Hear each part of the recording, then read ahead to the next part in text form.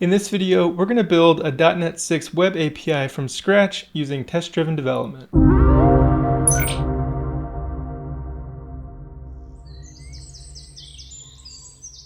Hey everyone, Wes here with Productive Dev. I hope you're doing well.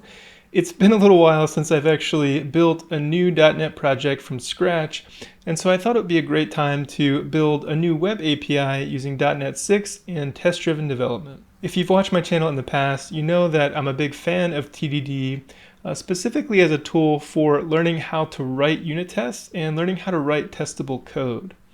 If you're unfamiliar with TDD, really the main concept is that we're going to write unit tests for our code before we actually write the code itself. And so there are a few steps to TDD, and basically what we're going to do is we're going to take a specification, basically sort of like a feature request, and we're going to translate that into a unit test. We're actually going to write the unit test first, and then we're going to actually run the unit test and see it fail. Once that test fails, we're going to write just enough code to make that unit test pass. And so we go from a red failing test to a green passing test. Then we're going to do some code cleanup and kind of refactor our code without changing its behavior. And then basically move forward, implement another test, see it fail, write just enough code to make that test pass or test green, and then do a little refactor to kind of clean up the code without changing its behavior and repeat this process. So TDD can feel a little bit strange if you're not familiar with writing unit tests or haven't really thought to try TDD before, but I think if you take the time to learn TDD and to really put it into practice, a few things are going to happen. First of all, you're going to understand what it means to write testable code. When you write a unit test for something, it's really necessary to be able to test that code in isolation. And so if you write your tests first, in a sense, you're kind of forcing yourself to sort of understand how to write your code in such a way that base functionality can be tested as a unit in isolation from its dependencies. So just understanding how to write code that is unit testable, I think will, over the long run, sort of help you understand how to basically structure your code and to understand the types of architectures and design decisions that basically support a really testable code base. So even if you're not using TDD for your typical day-to-day development, maybe you're writing your tests after you write your code, taking TDD seriously and really sort of understanding how it works and putting it into practice is definitely going to help you over the long run really understand how to write nice, modular, decoupled, testable code. If you're interested in looking at TDD from a different language approach, you can take a look at a video I made about a year ago where we used Python to build a new Flask API using test-driven development. If you enjoyed coding along with me in this video, I'd really appreciate it if you gave the video a like, and if you're interested in building more complex .NET projects from scratch,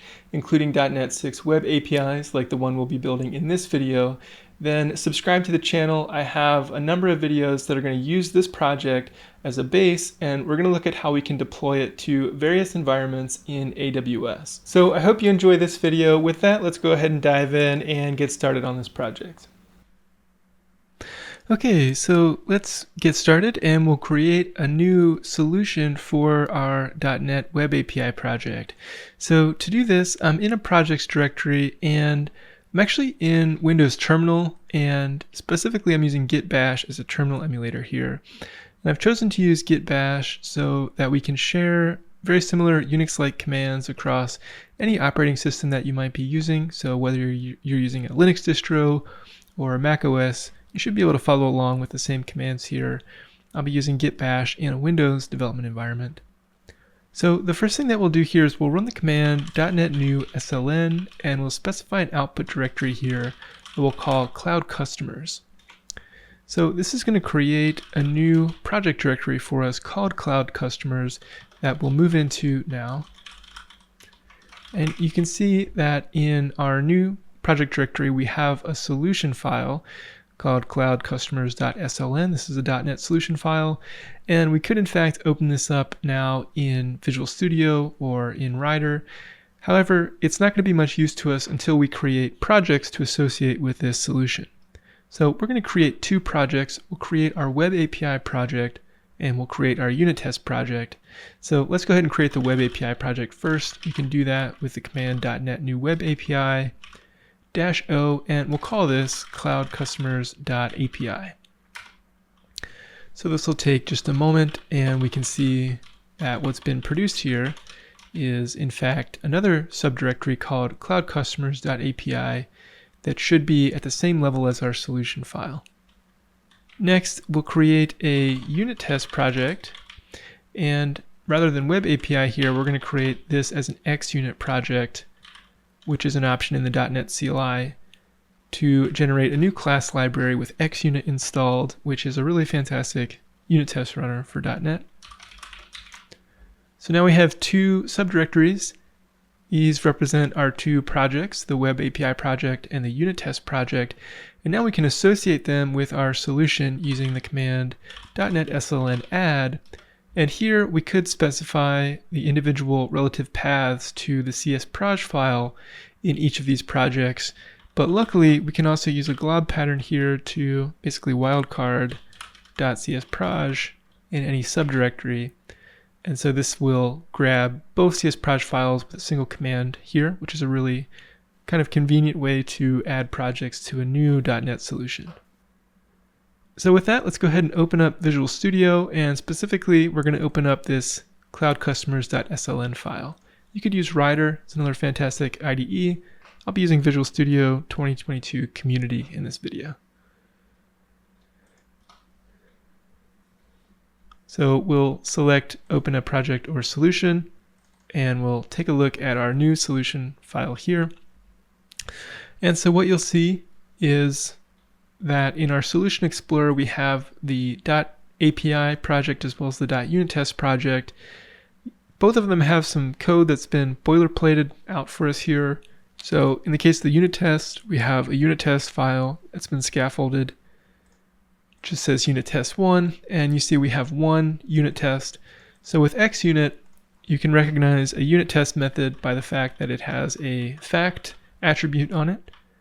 This basically tells the test runner that this method needs to be run as a unit test.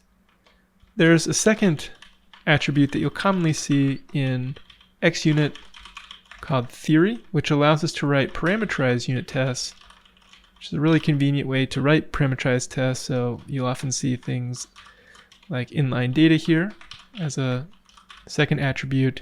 What this allows us to do is write multiple unit tests, if you will, or a single unit test with multiple parameters. And the inline data attribute will basically tell the test runner to run this particular method multiple times, as many times as there are inline data attributes, and each time injecting a different parameter value for the parameterized method that the attribute decorates, if you will. So we can also have, in fact, multiple parameters. So let's say we had something like this. This will just map to another parameter on the test method. Okay, so very useful way to write parameterized unit tests.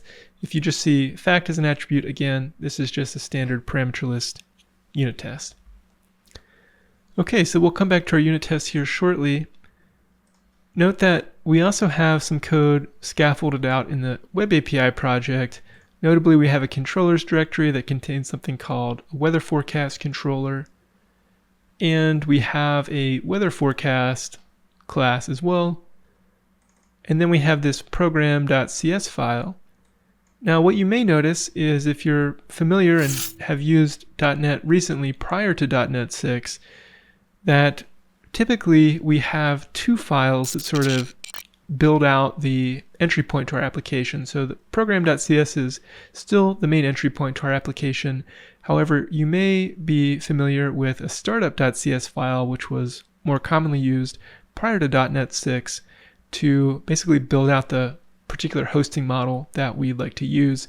This has kind of been consolidated in .NET 6 so that you can basically do everything you need to do to build a hosting model directly within program.cs, including register services for dependency injection, set up our configuration, and our HTTP middleware here. So just something that's been somewhat simplified for .NET 6. You can, of course, still use startup.cs to build out your hosting model and use it within the scope of program.cs. So in other words, we could do this in much the same way that we previously used .NET 5 and previous versions of .NET Core. But for the purposes of this particular video, I'm going to stick with the new paradigm and use a single program.cs file. Okay, so conceptually, what we'll be building here is basically a very simple web API whose job is really to return to our clients some user data, and our API itself is going to be relying on an external service accessible over HTTP to retrieve that user data. So you can think of our service as kind of a proxy where our clients are going to be making a request to us for some user data, and then under the hood, our web API is going to be then reaching out to some third-party customer service, making HTTP requests to that service, getting some data back, and then serializing it in such a way that it's useful for our clients, and we'll return that particular customer data back as JSON to clients of our API. So it's kind of a simple proxy to an external service where our API sort of sits in the middle, sits between our clients and then some third-party customer data service. Okay, so with that, we can kind of imagine that we will have some controller that exposes an endpoint for our clients to hit. It won't be the weather forecast controller, but what we can do here is we can basically repurpose this to be a controller for our use case. We are going to be doing TDD, but we won't go so far as to create a failing test for a non-existent controller. We could definitely take that approach, but in the sort of interest of a concise overview here, what I'm going to do is just rename this forecast controller as a users controller. And then we'll say yes. You'll see that'll rename our class as well. We're extending controller base, and we're going to get rid of all of the business logic that was sort of boilerplate for us here. We'll keep the logger, and we'll inject the logger. We'll call this get users. And for now, we won't even worry about the type. This will be something that we do test drive. And we'll say that the task here could just be a task of iActionResult for now.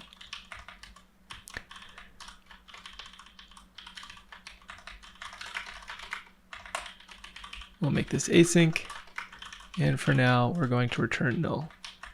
So obviously there's nothing asynchronous happening in this method. We just have a bare bones method that's returning null. But let's think about what we actually want our application to do. And for that now, we're actually going to start our TDD process. And so we'll head over into our test project and specifically unit test 1.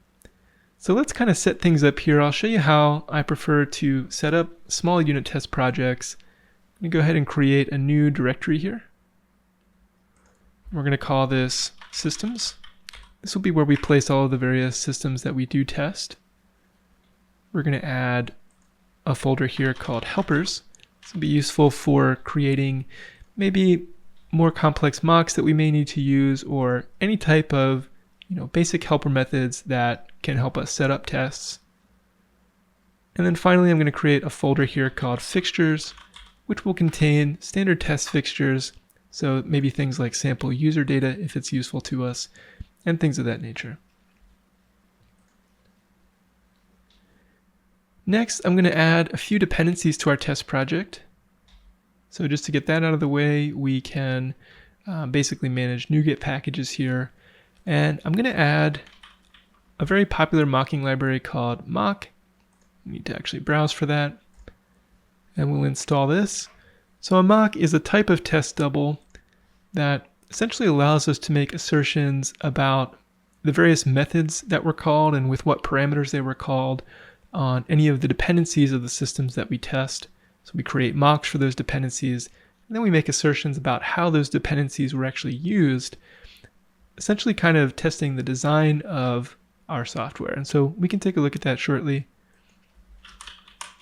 Next, I'm going to install a library called Fluent Assertions, which essentially provides us with a nice syntax, sort of a Fluent syntax or extension method syntax for basically making assertions. And again, we'll take a look at that very shortly. All right, so under systems, let's keep this organized, and we're going to have a subdirectory here called controllers, and then we're going to rename unit test 1 to test users controller. Say yes. And then we'll move this into our controllers subdirectory, and we'll treat these subdirectories as namespace providers. And so for that, we can change the namespace to match our directory structure. Okay, so now that everything is more or less set up, we can start doing our test-driven development. So we kind of cheated in a sense by creating our users controller first. We could have test-driven that by basically saying, hey, we imagine we'd have some users controller, attempt to test it, get a compile error, create the users controller, call userscontroller.get, realize it doesn't exist, create an empty get method. But again, in the interest of kind of realism, if you will, here I've created a users controller. We know that this is what we'd like to use. And now we're going to test how we're actually going to use it using a TDD approach. So we can start thinking about what it is that we actually want our system to do. What's the behavior of the system that we're trying to build? So I mentioned that we're making HTTP requests on behalf of our users. Our users are actually making HTTP requests to our system, and our controllers are basically handling those HTTP requests from our client. So when that happens successfully, we will return an HTTP OK response, or a 200 status code response. So let's write a test to make that assertion. We'll say that get, which is a method that will provide on our users controller, on success, returns a status code 200. Okay, so how are we going to basically structure our unit tests? So we'll walk through this first unit test a bit more slowly just to get a feel for the structure that we'd like to use here. And typically, unit tests that I write take an arrange, act, assert structure. And it's really up to you as to whether or not you like to leave these types of comments in. I find they can be useful. So we'll call the first section arrange, and this is typically where we basically set up the system under test and arrange the state of the world such that we're ready to make something happen, which is what happens in the act section. So in this act block, we'll typically be calling some method that we're trying to test. And then in the assert block, we're basically making an assertion about the outcome of that particular arrangement and action. So sort of bare bones, what we have here is the system under test is the users controller. For this, we need to actually reference our API project. And so we'll right click on unit tests and we'll add a project reference to cloudcustomers.api. Now we can actually bring in a using for cloudcustomers.api.controllers. And then we're going to take some action here, which will have a result. And that action in our case is to invoke the get method on the instance of a user's controller. And then finally, we're going to make the assertion that this returns a status code of 200, given that this was sort of happening successfully. So we can make that assertion like result.status code, assuming that's something that exists, should be 200. Okay, so we could run our tests now, but we see we also have compile errors, so we can fix those. First of all, user's controller has a dependency, so let's go take a look at it. It basically takes in a logger. And so, maybe in our case, we're not worried about logging. Let's keep things simple at first. We're not using a logger for now, so we have a parameterless constructor here. We'll head back into our tests. And now we see that we can new up a user's controller without any dependencies so far. And we're trying to get a status code back on the result but the resolution of the action result, so let's go ahead and await this, and we'll make this an async task. Basically doesn't have our iAction result does not contain a definition for status code. So there's a more specific type of iAction result which does, which is an OK object result. So let's cast our result to an OK object result, which is the type of response that we're going to get back, the type of iAction result.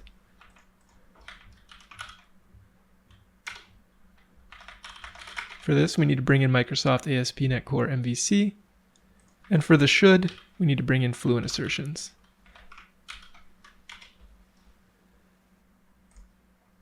And for task, we need to bring in system.threading.task.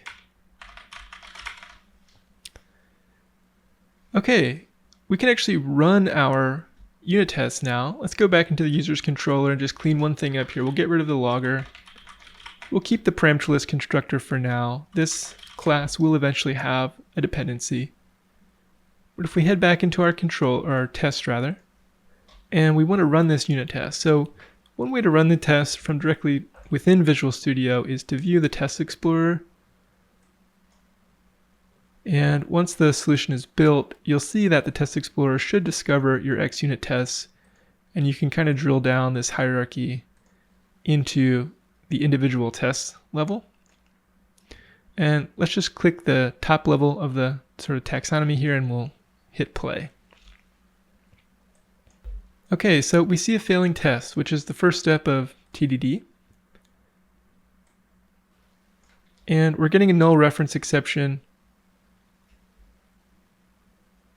when we try to execute this test. It says line 12, which is the entry point to our test method. So let's go back into our user's controller and see what might actually be throwing. One thing we can do here is we can set a breakpoint and we can actually debug our tests. If you click the drop down on the test explorer and click debug here. So we're coming into the method, and if we just step over, of course, we're returning null from the result, and now we're calling result, which is null.statuscode. So this is what's throwing our null reference. So we'll continue here. We see the null ref thrown, and that's because our method is actually just returning null. And so .statuscode is going to throw the null ref. All right, so we can write just enough code to get this to pass. Well, we need to return an OK object result. Head back into our user's controller. What we can do is just say return OK. And if we pass some result in here, this will actually return an OK object result for us. And so let's go ahead and try to run our unit tests again. So now we have a green test. Okay, that's great. Of course, this isn't the final sort of version or behavior of our system, but it is just enough code to get our first unit test to pass when we're making a basic assertion that we should return an OK object result, which itself gives us access to an HTTP status code, and it's of type 200 in this case. All right, but let's kind of get down to business here and try to write a more useful test on top of this.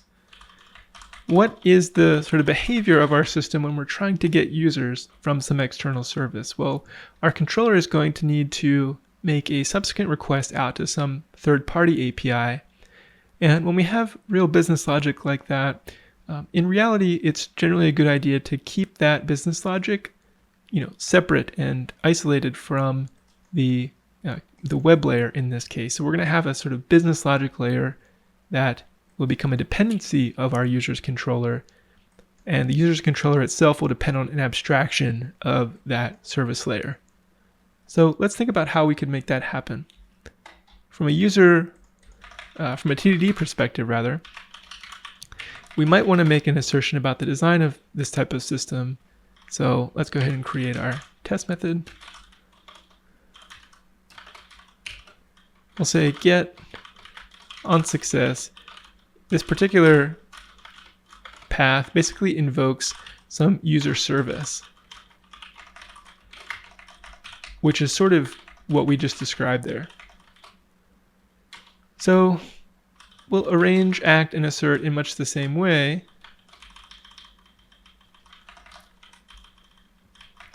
Where we have a user's controller here. I'll give us a little more screen real estate for a moment. Or a user's controller. Now we need to invoke some user service. And so to do this, our user controller is going to depend on an abstraction of that service. We don't want the user controller itself to new up some new business logic service here, because that would be making the user controller depend on a concretion. It would be basically not adhering to the dependency inversion principle, which you may be familiar with. And so one way to sort of implement inversion of control or dependency inversion here is to use dependency injection. And what that means is that we're going to provide the interface to any particular type of behavior that is going to act as a dependency for some class to the constructor of that class. And then we're going to rely on a higher level scope to basically provide the implementation details to wire up that dependency. That higher up scope that I'm mentioning here is effectively a dependency injection container. And this is a sort of framework level with .NET Core forward, so .NET 6 included. So sort of a framework level ability that we have. You may also be familiar with third-party packages which provide this sort of behavior, or you may have built your own dependency injection container at some point. But packages like Ninject and Structure Map, these are other types of providers you may have heard of within .NET. But here we can actually wire up those dependencies directly with .NET itself, and we can do that within program.cs. And so we'll come back to this. We'll basically find our way there by writing a unit test. So we can imagine that our user's controller itself takes some user service, and we're going to create a mock for that because we don't want to actually test the behavior of this service or any sort of particular implementation of it. We just want to assert that it was used in the way that we have designed here. So we're going to have a variable mock user service, and we're going to use that mock library to create a new mock. And this is a generic type, so we'll be using moq. You can see that using was brought in here.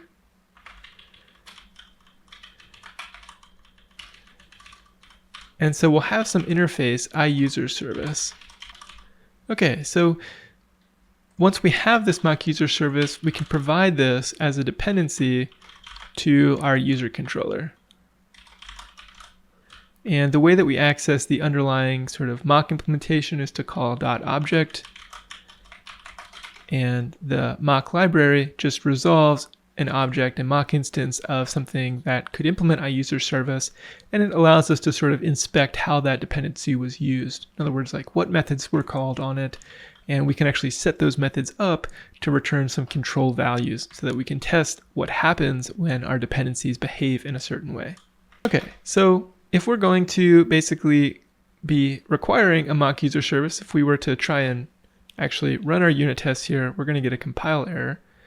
And so we need to actually create this interface iUser service. Now, a lot of times it makes a lot of sense to create your service layer and your business logic in separate class libraries or in a separate class library. For the sake of simplicity, we're going to include this business logic in our API project. So we're going to add a new folder here called services. And what we're going to do is create a new item. And for this, again, I need to go back to the folder view.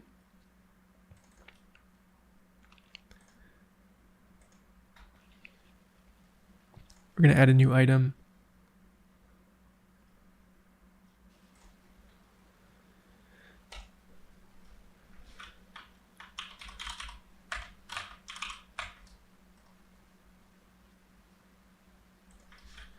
Called user service.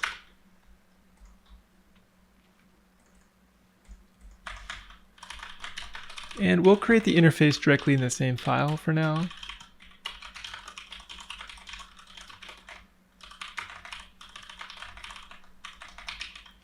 And we'll make our class user service implement that interface.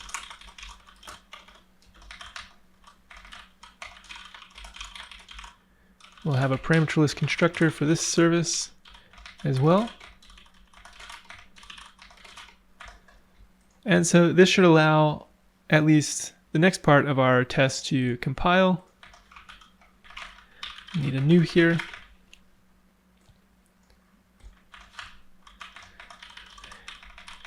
And now we're getting an error that user's controller actually doesn't have a constructor that takes this argument.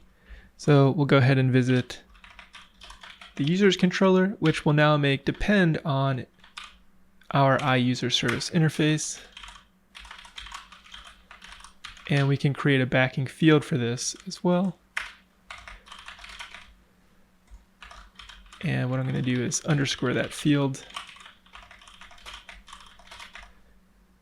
Okay, so what's happening now is that when .NET itself, the framework, creates an instance of user's controller as it's handling HTTP requests, it's going to look at the constructor for this class, and it's going to basically wire up the particular dependency that we basically tell it to when it's looking at the interface as a dependency for this class. So it's saying, hey, I need to make a user's controller, and I see that as a dependency it requires on something that implements iUser service. And it's going to be our job as developers to basically instruct the framework about which particular implementation of iUser service to create. So you can see that this is really useful for cases when we're unit testing, when we're basically controlling the instantiation of a user controller, and we don't want to basically depend on any particular implementation of the user service. We want to depend only on its expected behavior, and we can control that behavior with a mock. We can also inspect how that particular dependency was used by inspecting some of the features that are available on a mock, like looking at what methods were called and how many times and with what parameters. Okay, so the next question is, you may be wondering, well, how do we tell the framework that we want it to use, say, a particular concrete user service that implements iUser service? Well, for that, we can head into program.cs. And what I'm going to do here is under Builder, I'm going to say configure services. And we're going to pass builder.services to this method. Okay, so services contains our service collection that the application has access to, and it's basically what allows us to register dependencies for our framework level classes. The top level classes in this API, if you will, are our controllers. And so you can imagine that .NET needs to build the entire dependency tree when our user's controller depends on a user service. The user service itself may depend on other services. And so at the entry point of the application, .NET's dependency injection container needs to basically resolve that entire dependency tree. So what we need to do is basically create this configure services method.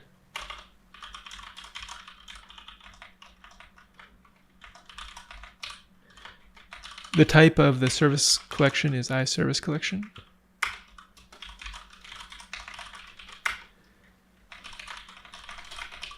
And here we can say services.addTransient, iUser service, user service. There are other sort of scopes here, registration scopes. We have add singleton, which is a singleton instance, which is lives for the lifetime of the application. We also have add scoped, which is traditionally scoped to the HTTP request itself. So it's sort of MVC, .NET MVC concept.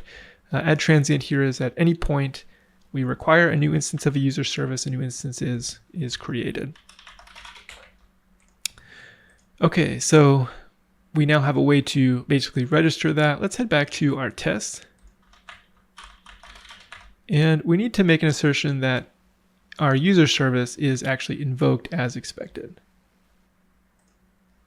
So how is our user service going to be used? Well, let's write a test anticipating that, sort of writing code by wishful thinking. We'll say mock user service. We'll call this users just to be consistent.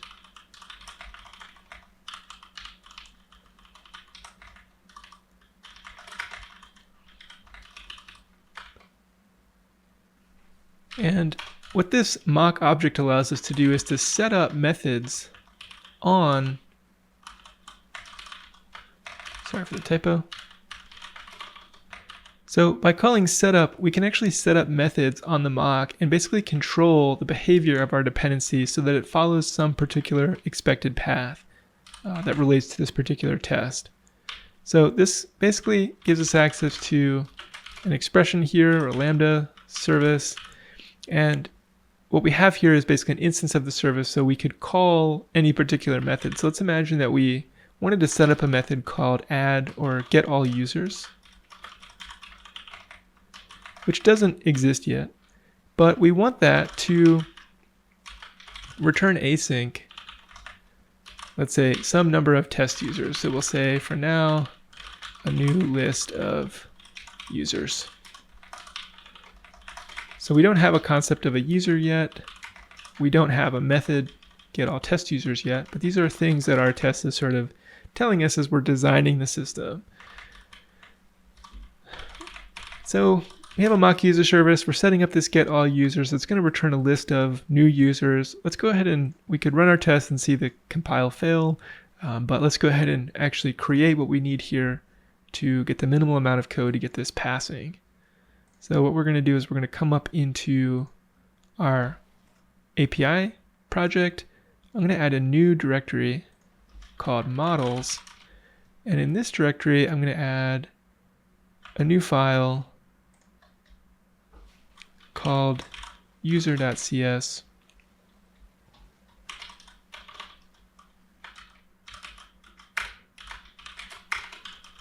And we'll create a class user.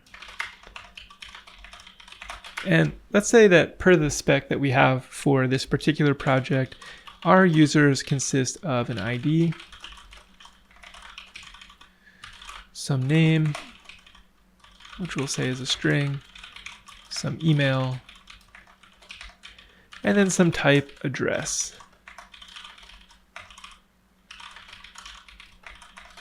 Okay, so let's create that type.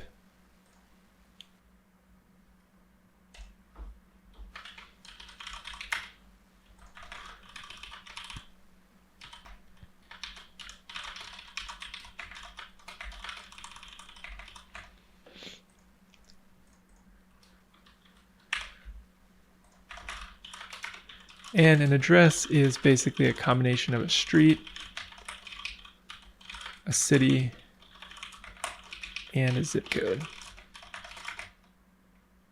Okay, so our cloud customer user has an ID, a name, an email, and an address is just basically street, city, and zip code for our purposes. Okay, so if we head back into our test, we can go ahead and bring in both collections, generic to get the list type, and then API models to get our user type. And now what's missing is we don't have a method on user service specifically defined in the interface called get all users. So we could generate this method. So we're going to go ahead and do that, and we'll go take a look at what was generated. So you can see that automatically we have been given the code for the definition of get all users, and then also an empty implementation in user service, the class.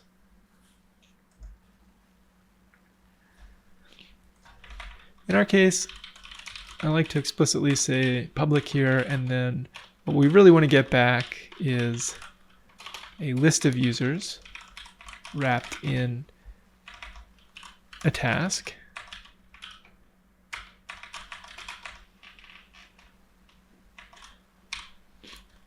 And so let's update the implementation here. And for now, it's sufficient just to throw an exception. We'll head back to our test. Okay, so we can see that what we're trying to achieve here is to assert that on a successful call, our controller invokes our user service, specifically get all users. We can even say exactly once.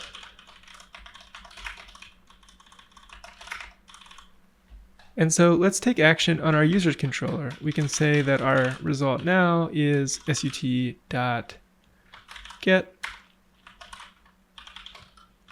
and we'll await that. And now you'll see how we can use our mock to verify that it was actually called in the assert block. So we can say mock user service.verify service.getAllUsers times once.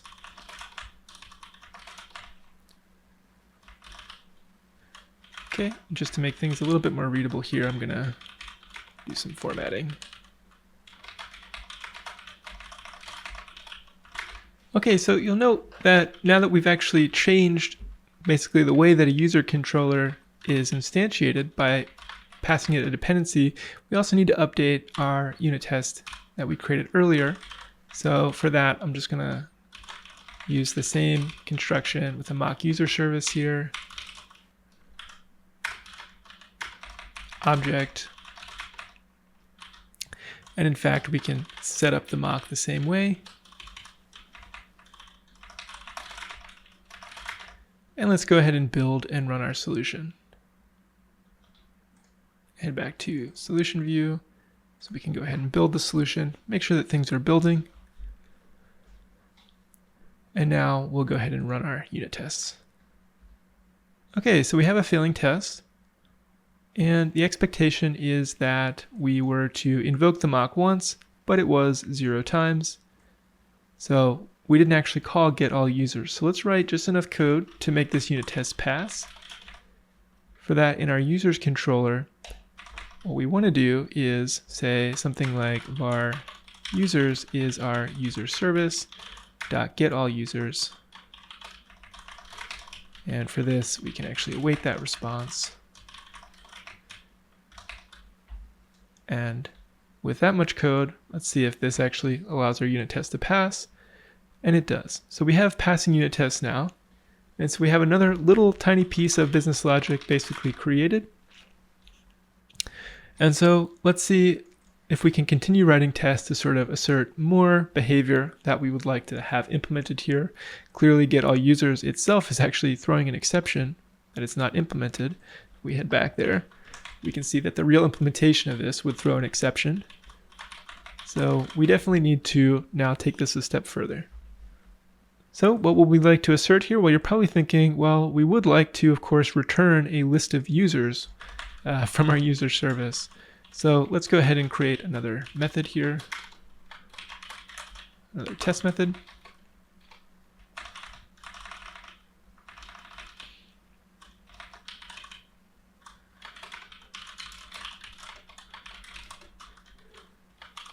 We'll say get on success returns a list of users. Again, arrange, act, assert.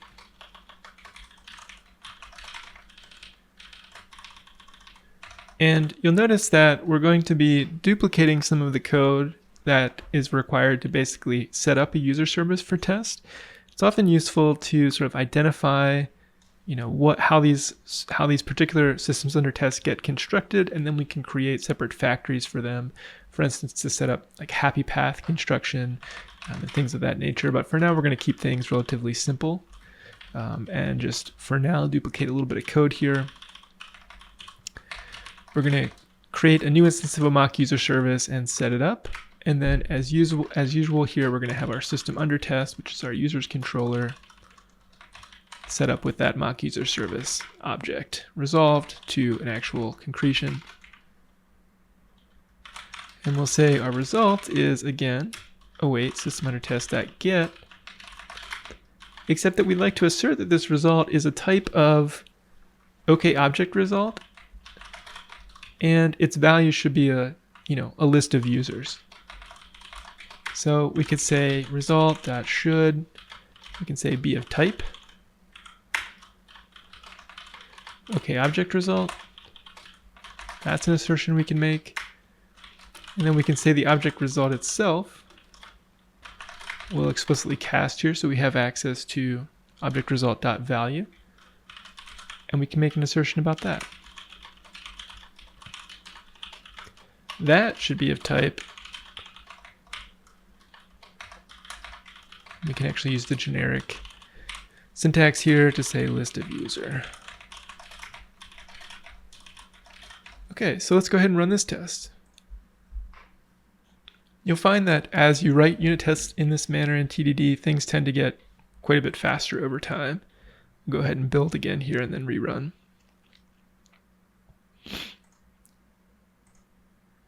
And be sure you rerun from the top of the tree here. Okay, so we failed. And we see that we expect the type to be a collection of Cloud Customer API models user, but what we found was a system.string. Okay, so we're returning a string. We want to return users. And that's because we're returning this all good string. So we really want users to come back on the response here. Let's see what happens if we just plug users in for now and we hit play. Okay, so now we have a success response. So by design, what we're saying here is that if we set up our user service such that it returns a new list of users, in this case an empty list, when we call get all users, then yes, everything is good because the object result we get back from the controller is going to be a new list of users. However, we know that if we take a look at our actual implementation, when we call get all users, we can head over there, it's actually not implemented. So even though we've set up our mock for a sort of happy path, at least a path in the sense where we say, hey, we do return a list of users from our dependency, does the system under test actually forward that list back to the user? Then yes, we're good. But what we don't have here is actually any test asserting that the service itself is behaving as expected. So we can see we're testing the behavior of our controller, whose business logic is very simple. It's basically designed to make a single request to a business layer, a user service, get all users exactly once, and then return a list of those users. And as designed by the interface, that is definitely the case at this point. So we have some passing tests, but clearly we don't really have a fully functioning system as designed yet. There might be some more business logic, however, that we're kind of ignoring here within our controller, and we'll cover some of that now, and I'll leave some of it to you to think about or perhaps implement on your own. And that might be like request validation. What happens if we get sort of a malformed HTTP request? We get some object payload on the body, or we get some other HTTP verb other than get. But let's say that at the very least, if there are no users, we want to return a 404 response from this endpoint. So that's something that we can definitely use TDD to generate. So we'll do that now. We'll say fact. And in fact, I'm just going to grab this test method and we'll rename it. We'll say get on no users found returns 404. Something like this. We'll still have a mock user service, except that now we'll say that it does return an async list of users, which in fact is empty. And maybe that's the behavior of our user service when no users are found. Now we want to say that rather than an OK result, our result should be of type not found result. So now in fact we get a failure here because what's happening is we're actually returning an OK object result and not a not found result. So let's write just enough code to return a 404 here. In our users controller, let's get our users, and then we can make an assertion here where if results, or rather users.any, only in this case do we return an OK result. Otherwise, we return not found. Okay, now we'll run our tests. And we can see that now we have two tests failing, although our new 404 test is returning green. And so we need to now fix the failing test before we move forward.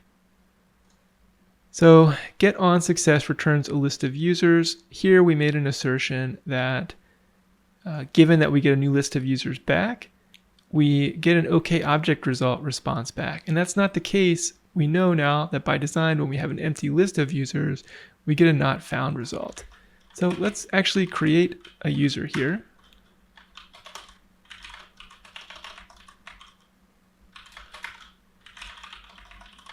And we can use target type new here. We don't need to specify the type since we have a new list of users.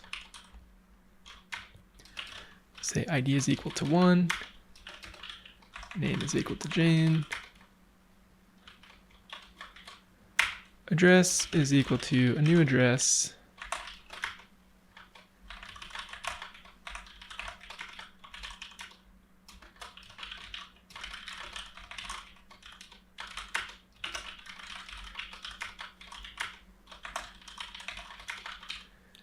Zip code 53704.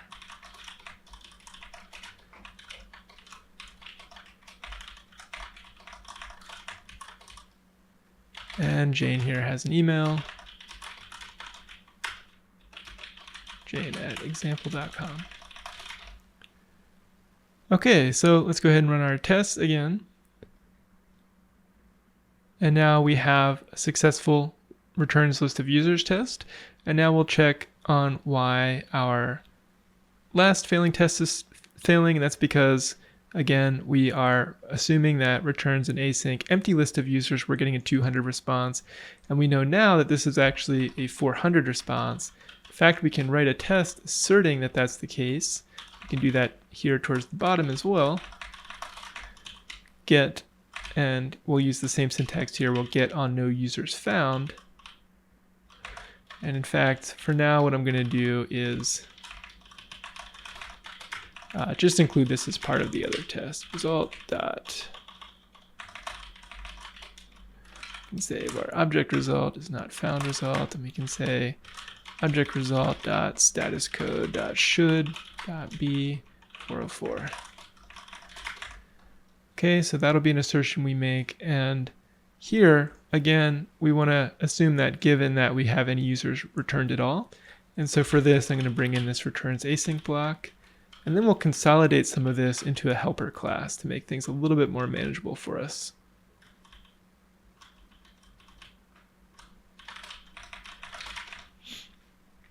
Okay, let's go ahead and run all of our tests.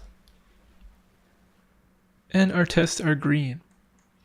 Okay, so we've tested some basic controller behavior, both a sort of happy path when we have users and a path when we don't have users. I can see some places here where it would be really convenient to have sort of some test fixtures, for instance, for generating new users. And so that's why we've created this fixtures directory. So let's go ahead and create a users fixture.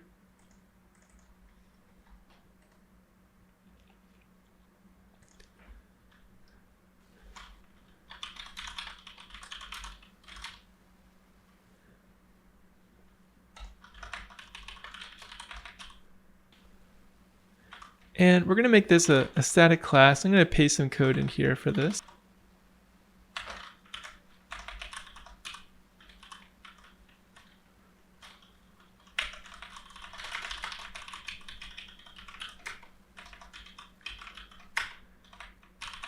And so all we have here is a static class with a single static method get test users. And it's just an expression style method that's returning 3 test users for us. And you can see that it's just populated with some test data here. Now you can get as elaborate as really your system requires over time when you have different sort of variations of collections of users or single users that you need to be able to return. And there are certainly libraries that help with that, including things like Faker to generate some sort of fake test data. But in our case, for a simple example, I'm just showing how you might create a fixture to return some data that you can control and reuse relatively easily. So for this, we'll head back into test controllers, and then rather than return sort of this inline list here, we can say users fixture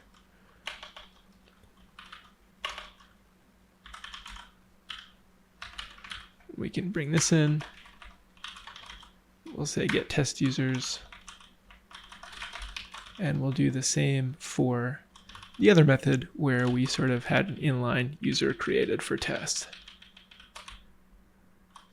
which is here. Okay, so that sort of cleans our code up a little bit.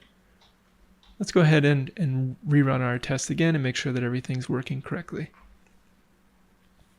Okay, so we're all good. So let's turn now to do some test-driven development on the service layer, which we know is just not implemented at the moment. What this should demonstrate, though, is that unit tests help us test our systems in isolation. So even though our user's controller here has a dependency on a user service, we don't actually need an implementation of that user service to test the behavior of the class that depends on it. We can test the behavior of our controller class completely independently, basically relying on the design of the user service, that is the interface of the user service, to basically make assertions about how the user's controller acts in turn. So we're testing the implementation of user's controller here, and we're only depending ever on the abstraction of any of its dependencies. So now let's test the actual implementation of our user service. So we'll come back into our unit test project, and under systems, I'm going to create a new subdirectory at the same level of controllers called services. And we're going to create a test user service.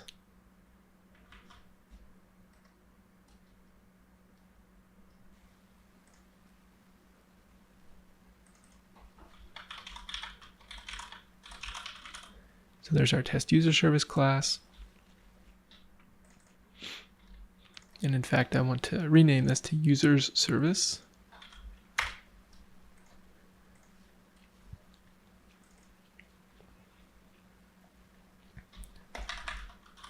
Okay, we'll make this a public class.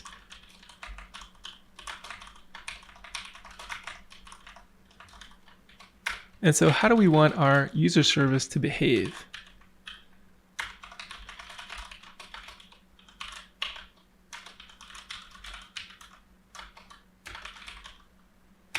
Well, we have this method getAllUsers, and when that method is called, what we really want to happen is for this service to make an HTTP request of its own out to some separate, third-party service itself. So one way we could look at that is saying getAllUsers when called or when invoked itself invokes an HTTP GET request. So as mentioned, we're kind of proxying a request out from our client to some third-party dependency that can get us some data that's required for us to sort of serialize and return to our own client. So as usual, we have an arrange, act, and assert.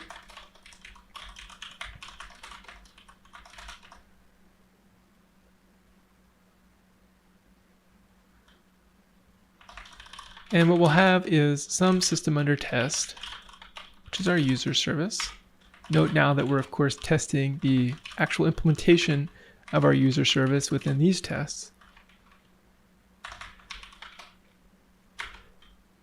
And when we call system under test.getAllUsers,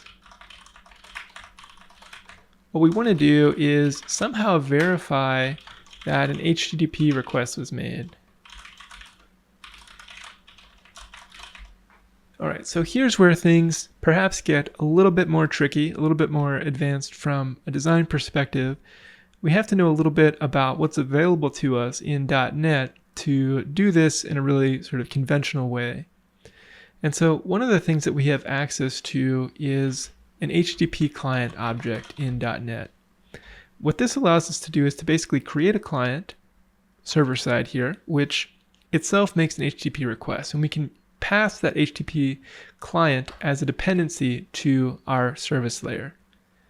And in fact, the way that we do this in .NET is by using an HTTP client factory. So let's go take a look at what that might look like from the perspective of our service. So we have a very bare bones user service right now.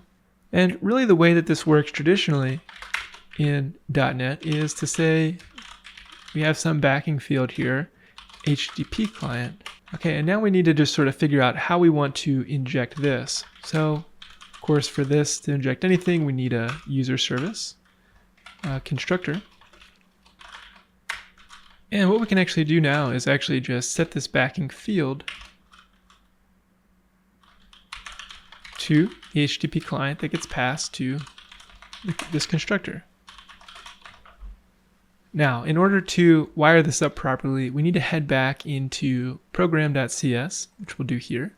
And basically, the factory, if you will, can be handled through dependency injection. Again, just in the same way that we've added a transient instance of a user service implementation when we request the user service interface, we also have a method here called add HTTP client. And we can specify that our user service should get an instance of the HTTP client. This particular implementation of user service should get this HTTP client.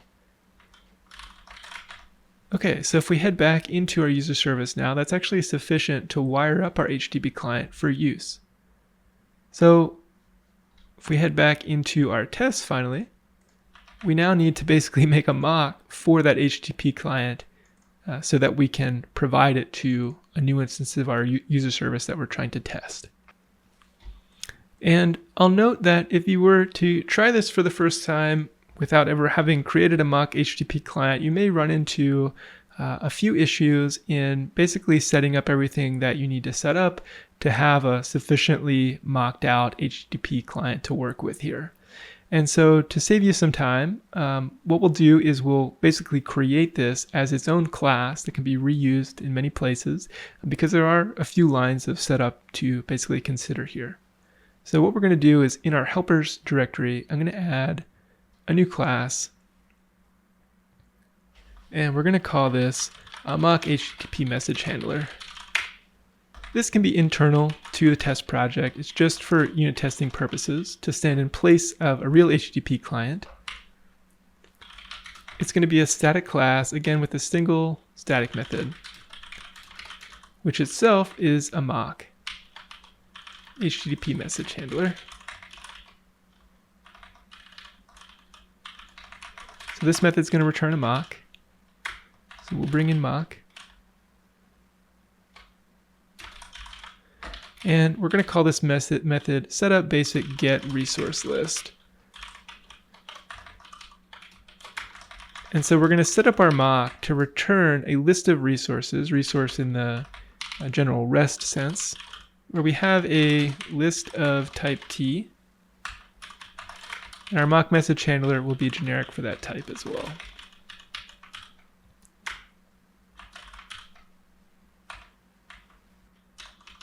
And I'll correct the spelling on message handler. Apologies for that. And that exists on system.net.http.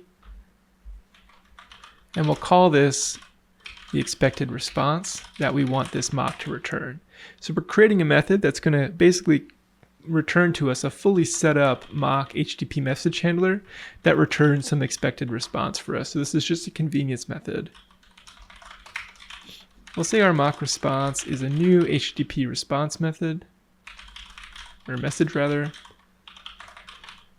which returns a status code OK.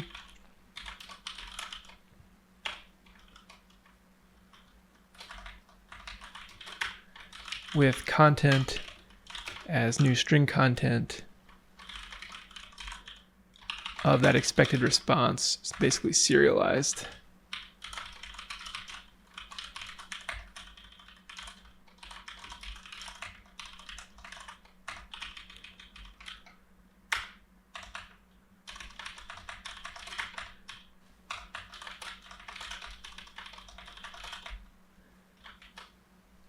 And then we'll set our content type headers on the response.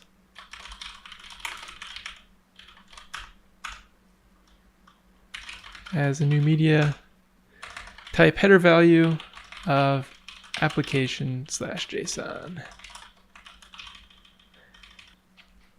Okay, let's make things a little bit easier to read for us here now.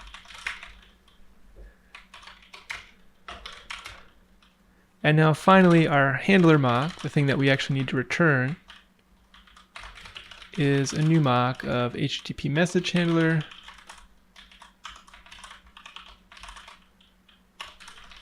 And in order to mock this out, we need to call handler mock.protected.setup. And for this, we need to bring in mock protected. This allows us to set up a protected method on the mock. And it's going to return an HTTP response message.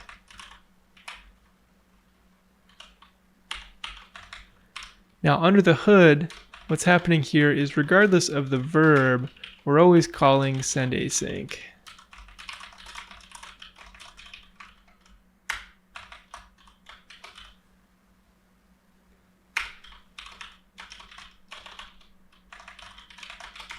And we can say it expression.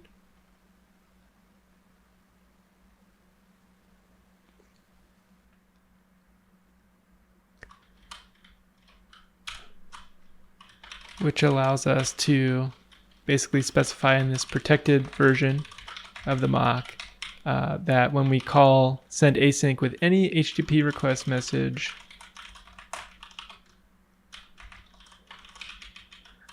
and the next argument is any cancellation token,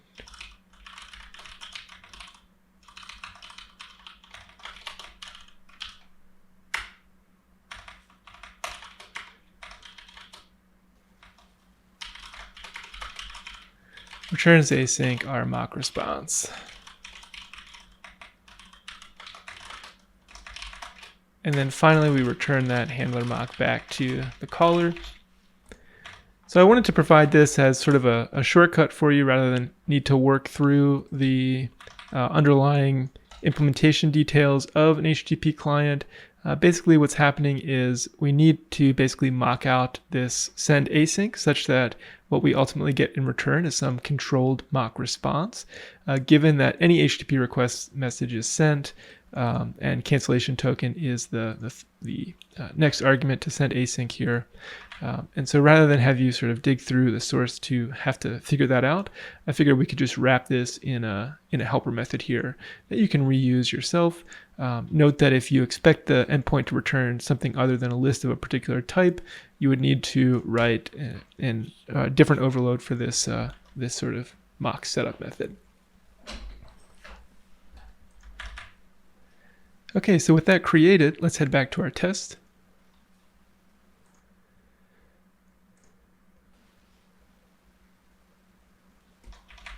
And now we can create our mock HTTP handler.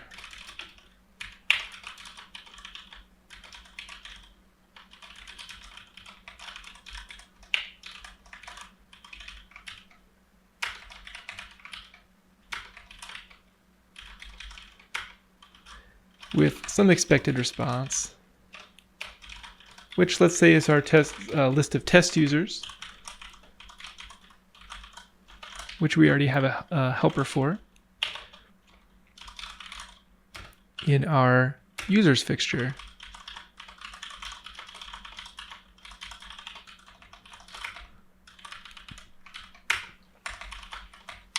Now we can pass our handler mock object to our user service. And as far as the user service is concerned, it's basically using an HTTP client here.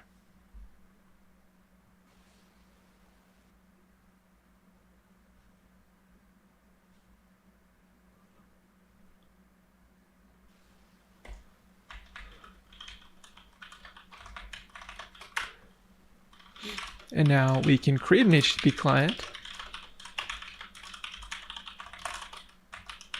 and pass our HTTP handler mock object, which will control the behavior of this HTTP client to return our expected response of our list of users. And now we can basically set up our user service with this basically fully mocked HTTP client. So the HTTP client is a real HTTP client whose HTTP message handler is our mock, which basically controls the type of response we're getting back. Okay, so when we call get all users now, we want to verify that an HTTP request is made. So how do we verify this? Well, we need to look at our handler mock, which is the basically the underlying implementation detail inside of HttpClient that's making that request. And again, that's a protected member. So we need to bring in mock protected. You can see that here.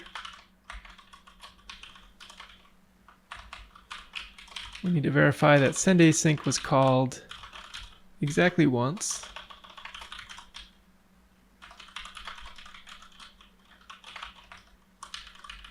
For this, we can bring in mock, of course. And we want to make sure that it's a GET request. So we say it expression is HTTP request message request.method is equal to HTTP method.get. And the second argument is just that cancellation token. So we can put that in very quickly here. Call it exactly once. The method is get. And it is any cancellation token.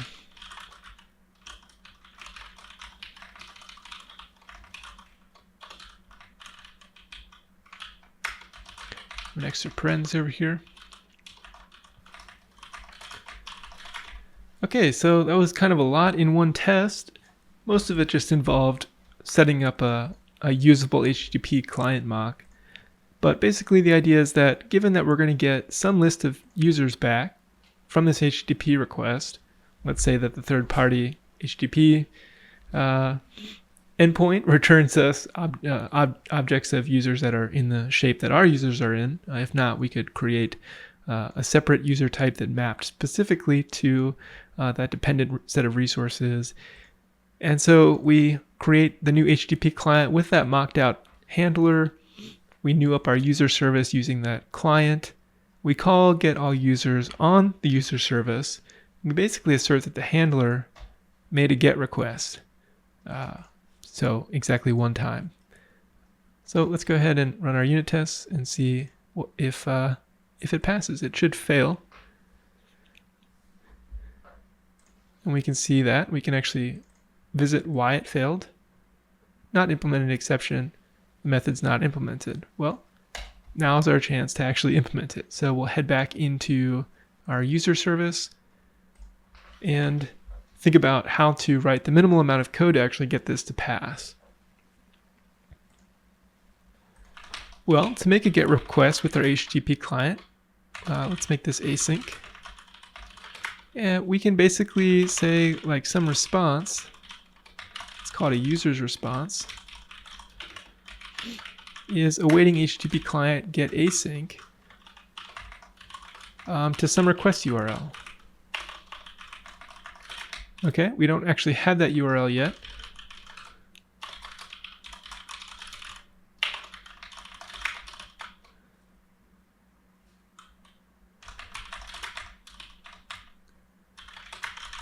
And in order to get it to compile, we need to return a new list of users at the very least.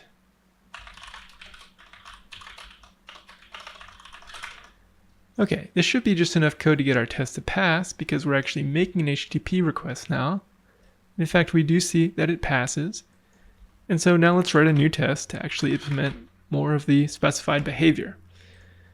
So what else does our service actually need to do in order to sort of specify, its specification? We know that it is making an HTTP request when get all users is called, but we haven't made any type of assertion about, exactly where it's going, what type of data it's getting, and basically fulfilling its actual implemented behavior.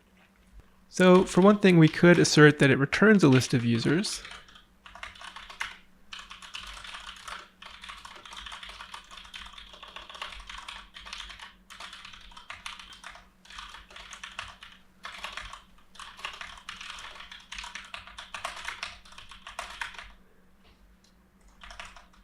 So let's set some things up as we did previously.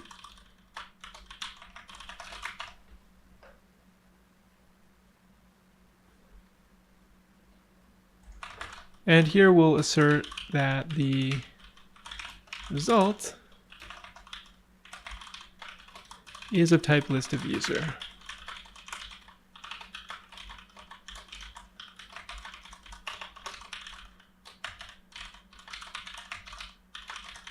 For this, we just need to bring in Fluent Assertions and System Collections generic.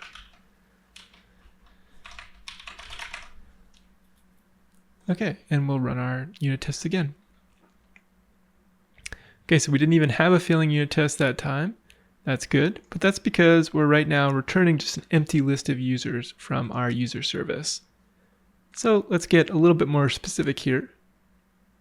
Let's assume that when we make an HTTP request out, if we get a 404 from our endpoint, we're going to in turn return an empty list of users to our client, which is our controller in this case, which we designed such that when we have an empty list of users, we return a not found result of our own. So if we come back into test user service, let's go ahead and create such a method that we could say set up return 404.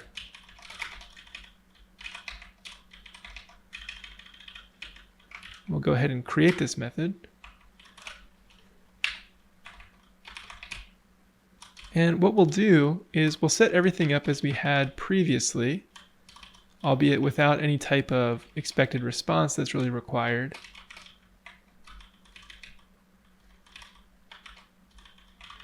So let's just say we have some empty string content here, and the status code is not found. Everything else is set up this way, and when we return, we're basically going to be returning a not found response. So we're setting that up.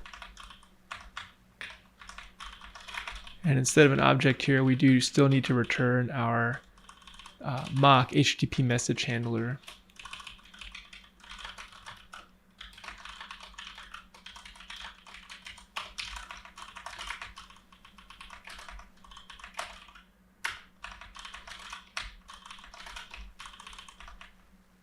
And in our case, we're going to say the result count in this case should be 0. So we're going to basically try to gracefully handle that 404 and essentially interpret that from our middleware, if you will, from our service layer as being an empty list of users that we're going to return to our controller. So if we try to run our test now, this should actually fail. Well, it may pass, but it's not going to sort of pass for the right reason, actually.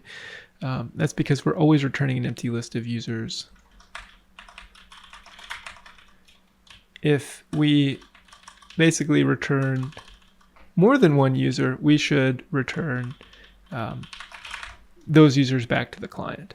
But in the case of a 404 explicitly, we're going to always return 0. So let's head into our test user service, or our user service, sorry. And we'll say if the user's response.status code is not found, then we'll return a new list of users. Otherwise, we want to return basically the serialized list that we get back from that particular client. And so for that, what we can do is we can say that our response content is some user response .content, and all users on that response are response content.read from JSON async.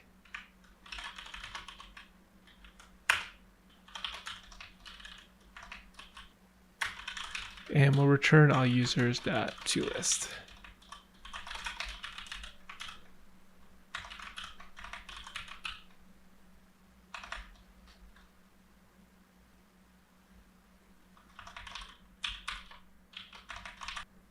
Okay, so if we're to run this test,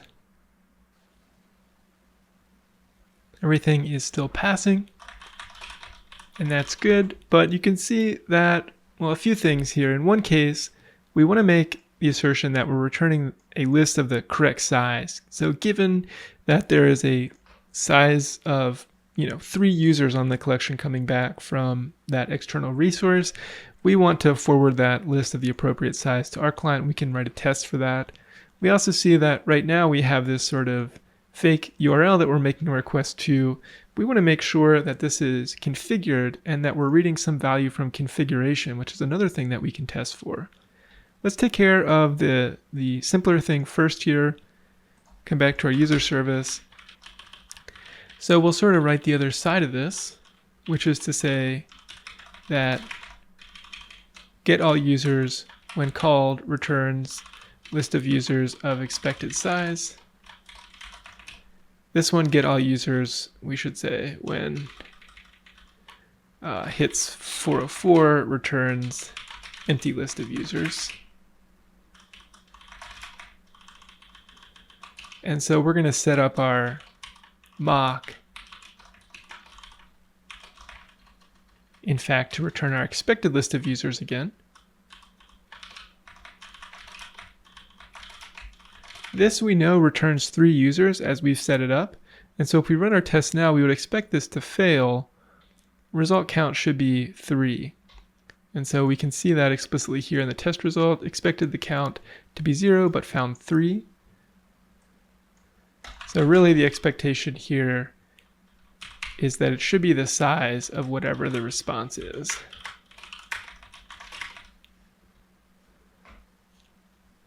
So we can run our test again, and we get green. Okay, so finally let's go ahead and test that we're pulling this value from configuration somewhere, and that it's not sort of just some static config. And so the way that we might do this is we could write a test.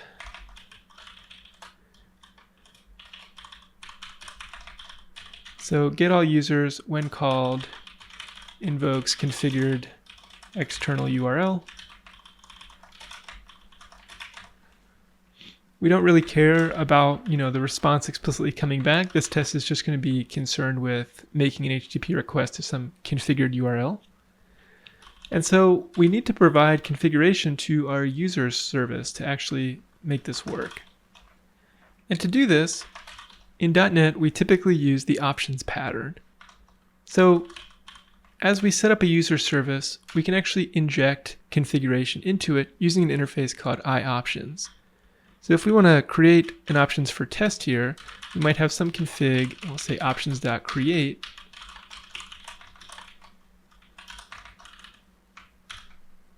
So we'll be using Microsoft.extensions.options.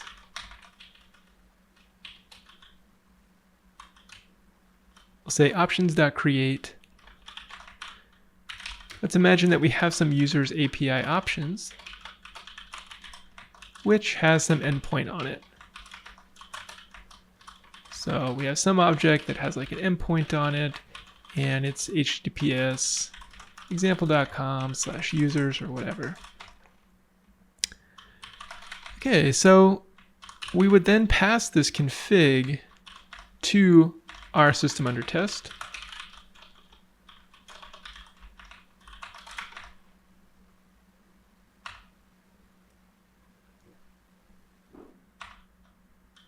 We would call get all users, and then we would make some assertion that our HTTP client was invoked with the correct endpoint.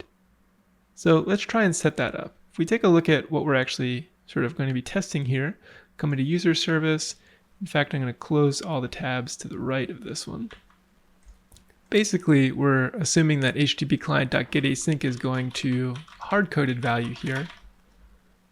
So let's say foo.com. We need to create a mock resource handler for a particular endpoint. So I'm going to create a new overload for this, which has some particular endpoint configured.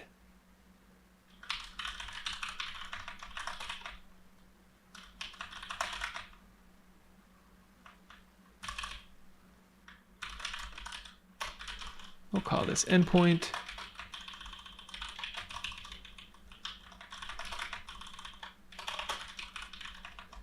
on the config object, we'll go ahead and create this new overload,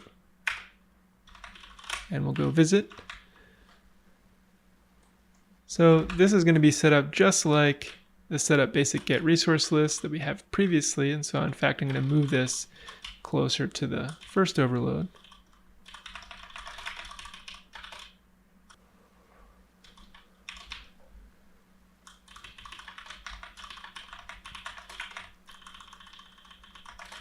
And rather than providing it with any HTTP request message, we can go ahead and make one here.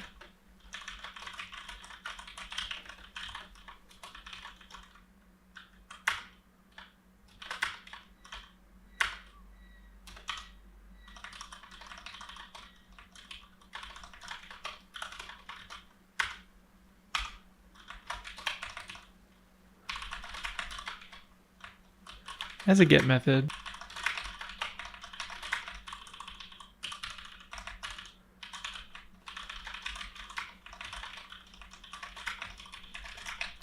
So now we're setting up the handler such that when we call send async, we're basically passing in the particular endpoint that we want to make.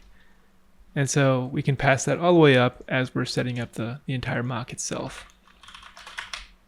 And we need to make this a mock. And just like the other one here, this is a mock HTTP message handler.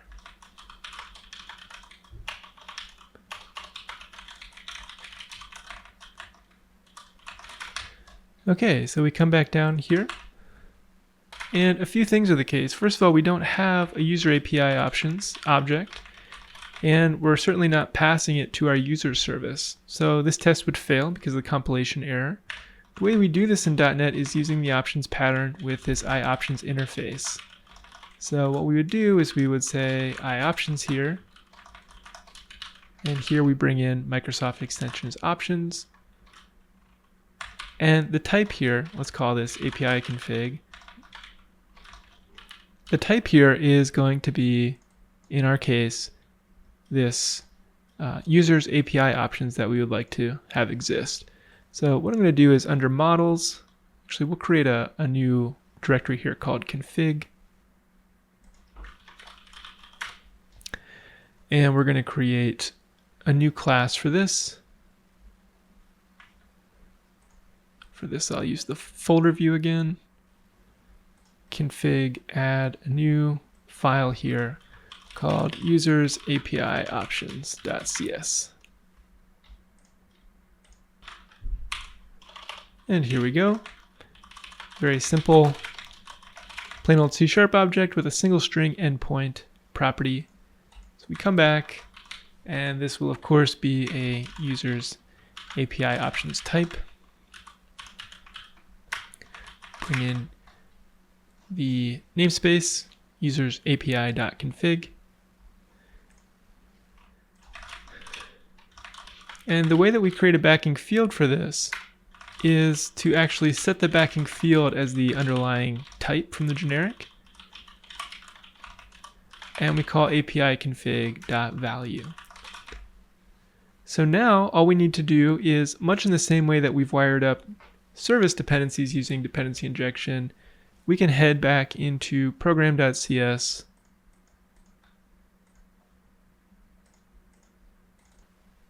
And down where we configure services, what I'm going to do here as well is say services.configure. And we're going to say map users API options. We'll go ahead and bring in this. And we'll bring in Microsoft Extensions dependency injection here. We're going to say builder.configuration.getSection users API options. Have our closing brace here, just so we can see everything on the same screen. That's what that should look like. And in fact, here I'm going to actually clean this up just a bit. Now what's happening here is this is telling .NET to resolve it from any of the sort of configuration sources. In this case, we're set up with appsettings.json with the default sort of host, built host here. And so if we head into appsettings.json, we can actually just add a section here, which includes that configuration to wire up. And so all that's required is, this is just JSON, so we can set users API options. This is going to map by name to that type that we just created. So we'll have an endpoint. And then here, let's use a JSON placeholder endpoint. typicode.com/users. If you're to visit this in a browser, you'll see that this returns a JSON list of users.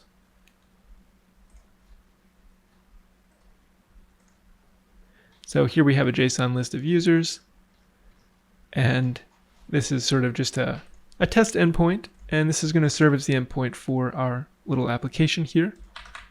But you'll note that this URL is itself configured rather than hard-coded within C#. So in the future, if we needed to sort of have a secret endpoint or something a little bit more secure, then we could certainly choose not to version control this configuration as part of the project, or not ship it with part of the project, but manage it in a standard sort of secret storage or other parameter store. In our case, as a test endpoint here, it's fine in our appsettings.json file for now. Okay, finally we come back to our test user service. Users API options, we can now bring in the using statement for that. When we call get all users, we should be able to make an assertion that our handler mock was called with the external URL. So as we've done previously when we're making assertions about the handler mock,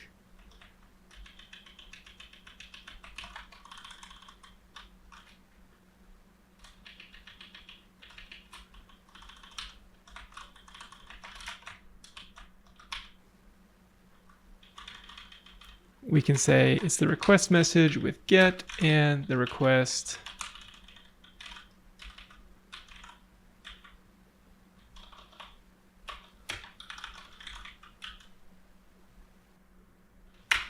URI is equal to whatever we've actually configured here, which in our case, in the case of the sort of test configuration, is just this endpoint example.com/users.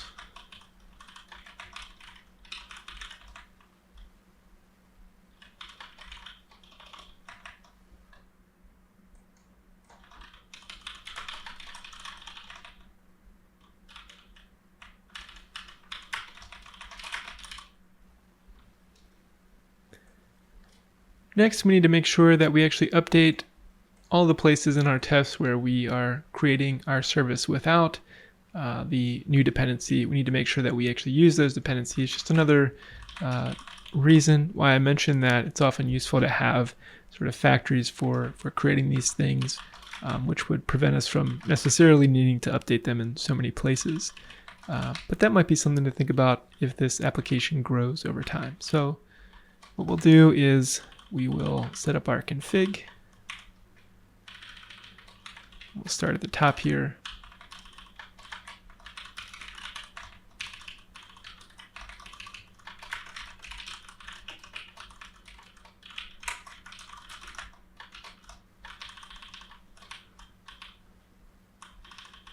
And we'll do the same for the others.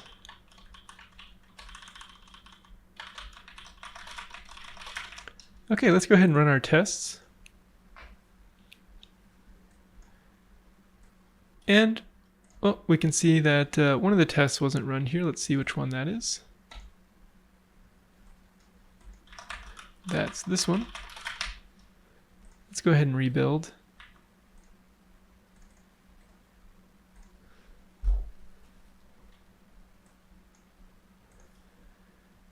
And then we'll run all of our tests. Okay, we do have a failing test. Let's see if we can sort of figure out what happened here. Handler did not return a response message. Okay, let's see if we can figure this one out.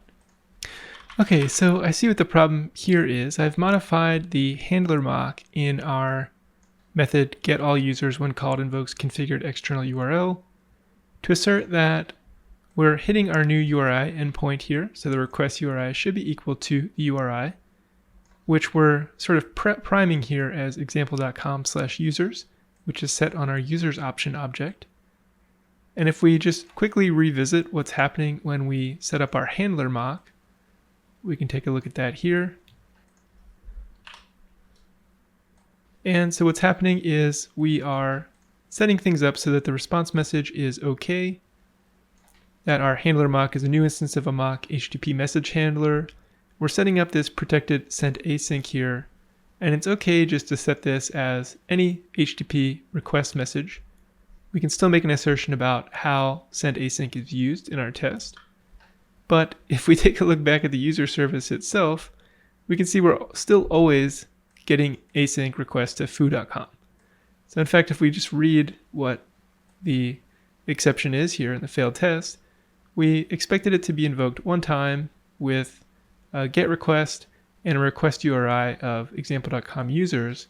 But in fact, what the test saw was exactly what we have coded, which is that it's trying to request foo.com. Okay, and we also have some headers and an HTTP version 1.1 with null content. But in any case, the important thing is here that we are always actually making a request to foo.com. So the whole reason we set up API config was so that we can actually get the endpoint from configuration. So we run the test now.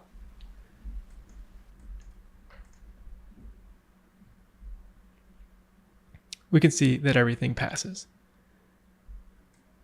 Okay, so what we've done is we have basically built a simple HTTP related service that's proxying a request out to some configured URL and returning that result to our own controller to pass that data back to our client as serialized JSON data. So we have tests that should cover basically all the business logic there, thanks to the TDD approach. And in fact, we can actually run this application and see it in action. So what I'll do is I'll head back to the Solution Explorer and we can start the project. So we'll go ahead and just click Run from within Visual Studio. Configured to use SSL to avoid, you can choose to trust the self-signed certificate. Let's see what happens if we trust it. If not, we can turn off HTTP redirection. We'll install the dev cert. And we'll ignore the warning.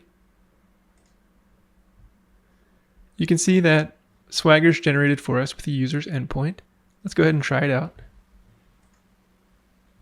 And you can see, in fact, we get users back in the response body. We could even run curl directly from our terminal. And we should see that response come back in standard out here as well.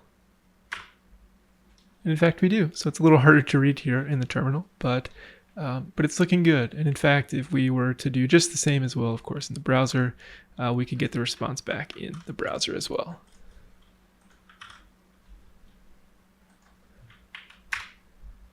And so there we go. So this is real data that's being proxied from that test endpoint. And we also have unit tests that test all of our logic in isolation from the things that it depends on. So I hope you enjoyed this series. If you enjoyed it, I hope that you subscribe to the channel for more videos doing deep dives into .NET web development. We're going to be using this project throughout several subsequent projects where we containerize this and we basically deploy it to AWS. So stay tuned for that. Really appreciate if you liked and supported the channel on Patreon for source code. All right, it was great seeing you again, and I'll see you again soon.